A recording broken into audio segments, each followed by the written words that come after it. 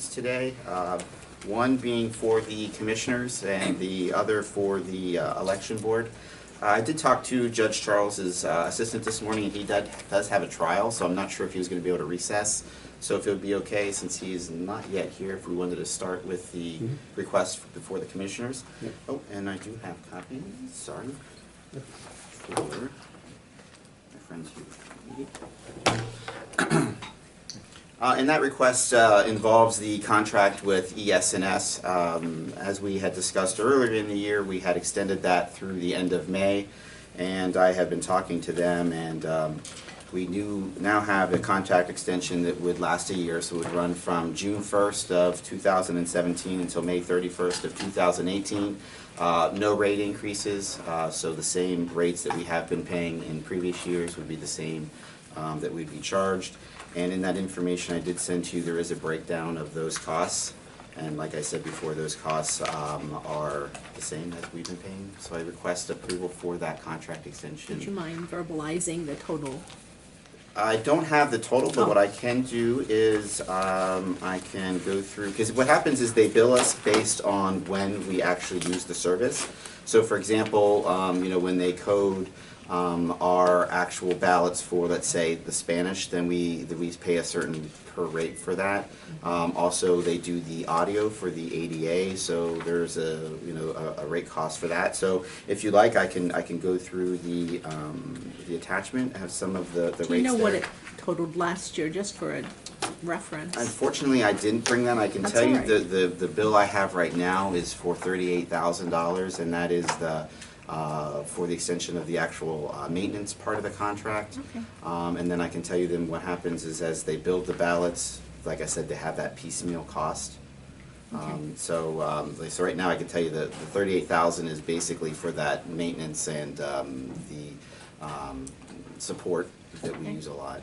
And the rest is variable? And then yes, based on, all depends on ballot styles. Like for instance, we have 114 different ballot styles this time, where the last election in November we had, I believe it was 7. And that's because of this election being a primary and having the different, thank you, the different, ballot styles and the cost for that. Thank you. So. Okay. Oh, okay. I seek a motion then to approve the ES&S contract extension. So I'll make moved. it. Oh, I'm sorry. I'll second it. It's been moved and seconded. Any questions or any further clarification? If not, all in favor of the motion, please indicate by saying aye. Aye. Opposed, same sign. So moved. Thank you for joining us, Judge, and we will then hit the pause button on our meeting and convene the election board. Right. And so we will now, we are in session for the Election board. and we'll go ahead with your next presentation there, Michael. Okay, thank you. All right, what I asked today is I provided some samples of the sample or specimen ballots that would be used in the primary election on May 16th, and I'm asking the election board for approval of these ballots so that we can move forward with programming the voting machines. And I actually do have every precinct, and both for Democrat and Republican, if anybody on the election board would like to see those. And I believe I provided you with. I was gonna say, are these the same thing that you had sent to Yes, us earlier? yes. That packet, yes, and then this is all of them in case there's any certain precinct that anybody would want to see before approving them. But I just gave you a sample of 3 different precincts, and then they've been 6 different ballot styles because of Democrat and then Republican. Oh, and I did want to mention, I'm sorry, something new for this election is in the past there was some suggestions from our poll workers, which I thought was a very good suggestion, was that there's confusion when people would get to the voting machine that they would do everything on the screen, but then they would have to actually hit the vote button at the top of the machine. So I talked to our vendor, and it is possible to add the cast ballot on the actual screen itself. And so they would have the option. They can either press to cast their ballot on the screen now, or they can hit the vote button. It's either or, and it will still flash. The vote button will still flash. One of the requests was actually get rid of the button altogether. That's not possible. It's not made that way. But you can do either or, and so we did set that up for this primary election. And then what we're going to do is, when I was doing poll worker training, I'd let them know that what we'll do is give each precinct a sign, just letting people know that that's an option, and instructed the machine operators to inform people that they'll have either choice. But basically, nothing really changes except that they can do it on the screen, and then they'll go to also confirm their vote on the screen. Once A lot they of- hit the screen, does that stop flashing then? Yes, as soon as, yeah, either one. So if you press the vote, it stops, obviously. If you hit and if you look on the last page here, it's press here to cast your ballot.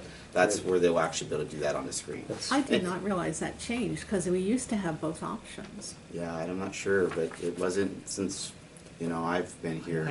I remember it changing because I got confused. Yeah, why I they never I knew it kept on changed, because pressing I the one always, and it wouldn't. yeah, I always pressed the red button, so I never realized it changed. Yeah, all I can tell you this time is you're gonna have the option to do either one. How it was in the past, That's I don't Somewhere along remember the from line. my voting time. I think I've always pushed the red button since Yeah, I I've been did here in too. Lebanon County, but How long now ago? they're happy. One of the last elections. Just Either the last recently. one or the one, one of recently. Yeah, so now they'll have the option to do it, because I think what happened too is that you had to hit the vote button and then people were confused and would walk away because they thought as soon as they hit that vote button, they were done. But you actually have to confirm on the screen. And that's when we had a lot of fleeing voters, because people would vote, I voted, I'm done, I'm walking away, but there's actually a confirm button on the screen you have to hit. And so one of the suggestions was, could we keep everything on the screen so that, you're not up? And I can't stop that from flashing, that's just how it's made, but, they can do everything on the screen now, so maybe it might stop some of that confusion.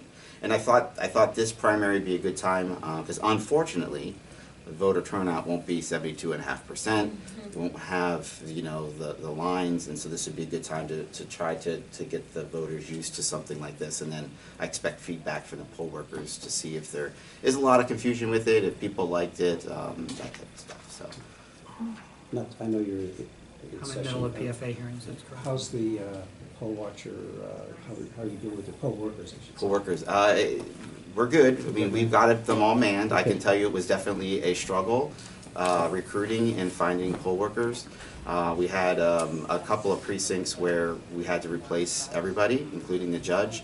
And then obviously with the local races, if someone's running, let's say for school board, and they were one of our judges, they cannot be a judge. The only races that can actually work the polls are if they're a judge or inspector and they're running for those races. Okay. So. Any other questions, John? We'll seek a motion then to approve the ballots as presented. So moved. Second? It's been moved and seconded. Any questions? If not, all in favor, please indicate by saying aye. Aye. Opposed, same sign. So moved. Thank you, Judge. Thank you, Thank you. gentlemen. I appreciate it.